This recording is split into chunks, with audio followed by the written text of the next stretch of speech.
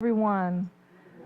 Welcome to Barack Obama Elementary School. I am the proud principal, Dr. Megan Ashworth, and we are happy to have you here today, but even happier that I get to introduce Dr. Monica Golson to you.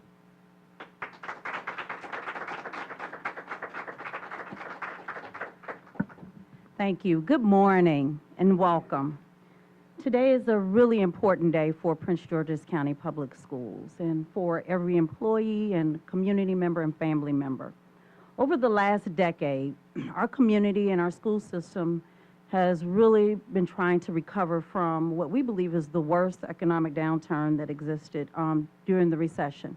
For our employees during the school years of 2010 through 2012, every employee in Prince George's County Public Schools were placed on a freeze financially. We did not receive increases, but we continued to remain committed to our school system and our children and worked tirelessly to make sure that our students were prepared for their everyday experiences and their experiences beyond Prince George's County Public Schools. As a parent, a student, a product of this school system, and an employee, I came into this position knowing how important it was for us to really look at compensation for all of our employees. And so when I entered into the position, we began a process with my amazing executive team to make sure that compensation, class size, and school safety remained in the forefront of our conversation at all times. And at the beginning of the school year, I had an opportunity to do listening sessions with our employees and the need to make sure that we paid them for what they truly are worth was a resounding cry at every last one of those sessions.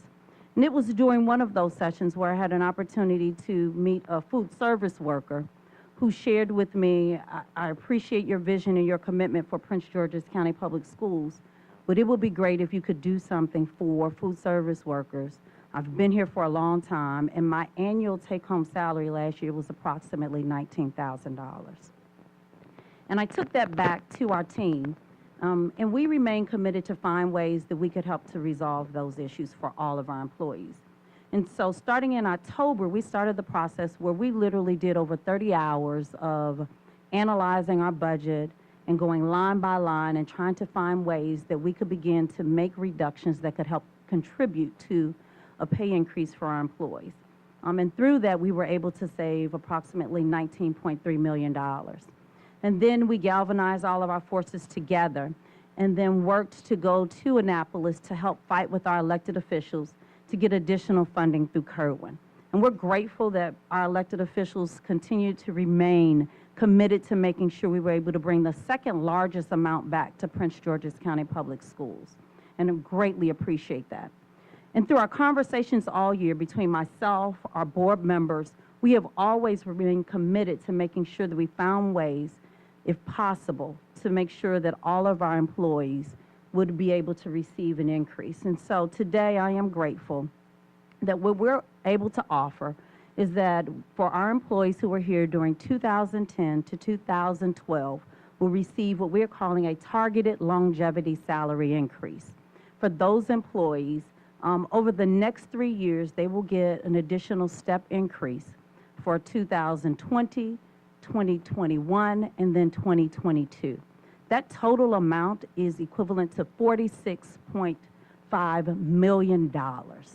And though we could not do that all in one setting for next school year, we're able to do it over the next 3 years, $16 million for the first 2 years and then $15 for the last. It was important that I made sure our community, our teachers, our students, our administrators, our support staff knew I heard you, you matter, your voice matters. And this is what we have to do in order to move forward.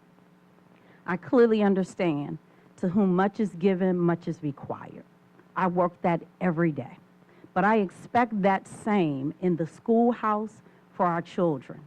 And so we are willing to make that investment in our staff, no matter where you are, who you are, whether you're driving our kids to school, feeding them in the morning, getting them back on the bus and making sure that they're safe, that you're valued, that you count, and that you matter. And trust and believe that the money that we're providing to them will help to make sure that they do the best in front of our kids, that every person gives 110% every day because we value them, and that their actions in service to our children will continue to remain a priority, and we will hold our employees accountable for that delivery to our kids. Today is monumental because it is an opportunity for us to begin to move forward. We want to make sure that our children know that they're our priority and that we're going to give everything we can every single day to make sure that our focus remains on the schoolhouse. And the only way to do that is for us today to move forward. And so I'm grateful for an amazing executive team, our CFO who has worked many hours to get us to today, and to our Board of Education who trusted me when I asked them to just hold tight to make sure. I wanted to make sure that I had the right numbers, hired an external company to come in and to do a true analysis because we had so many different numbers out there. We had literally 2,900 employees who are part of our 2250 bargaining unit who were impacted the most, who lost 3 steps during the 2010-2012 time frame. And so all of our employees were impacted, but they're our support staff. They're the ones who felt it the most. That was the example that food service worker gave to me. And so I'm grateful for today, proud today to make sure that we not only can say we're proud of our staff, but we're Prince George's County Public School proud. And with that, I'd like to now introduce our Chair of the Board of Education, Dr. Alvin Thornton.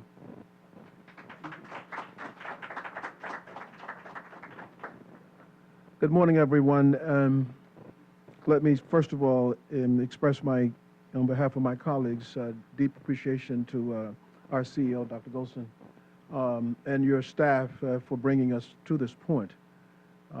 As she pointed out, this is an historic moment for our county on behalf of our children.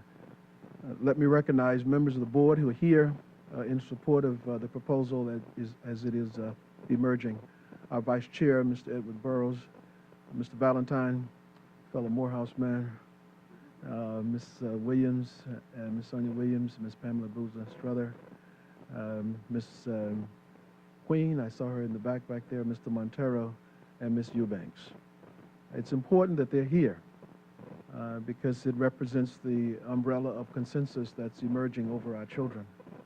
And you see this Board of Education.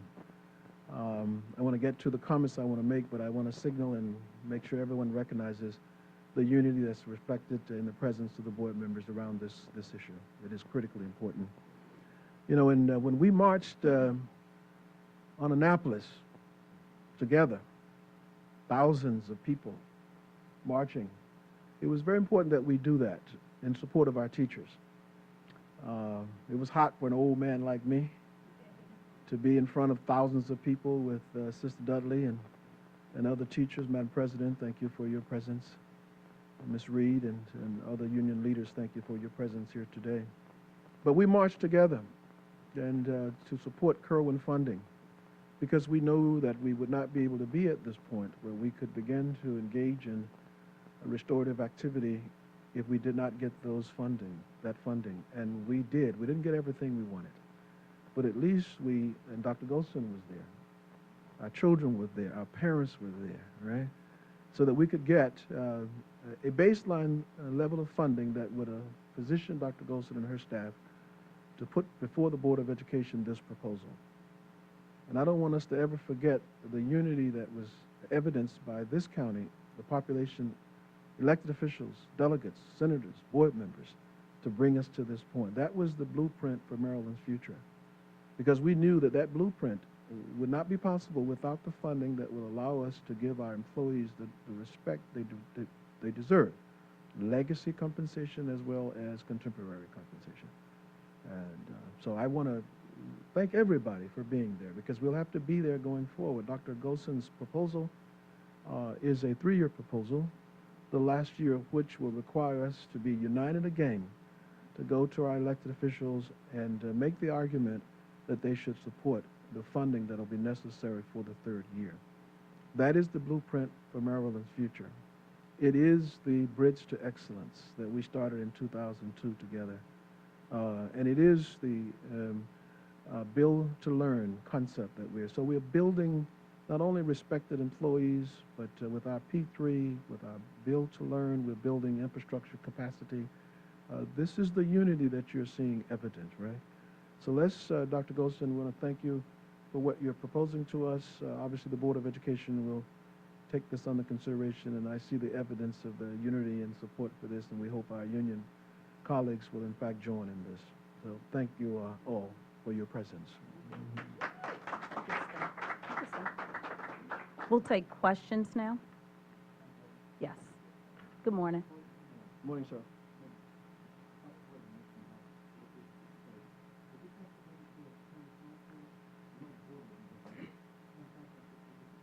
So we still are in the budget process with our county council partners. The great thing is that we were able to find money on the PGCPS side, and so our county council will not have to make any additional contributions.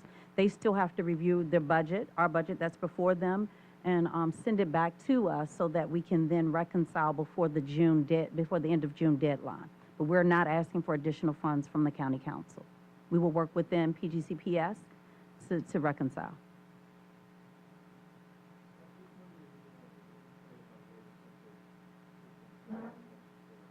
So actually, this is really a concerted effort from us looking at ways that we could reduce funds. That's the $19.3 million that I spoke about earlier, and our efforts in Annapolis as it relates to additional funds for Kerwin. And so we didn't have those type of funds before. We do have them now for FY20, fiscal year 20 and fiscal year 2021. The same process that I used at the beginning of the year, I'll continue to use for each cycle.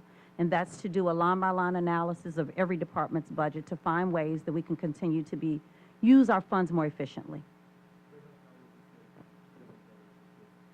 Well, number one, it will make sure that we retain the best and the brightest in front of them.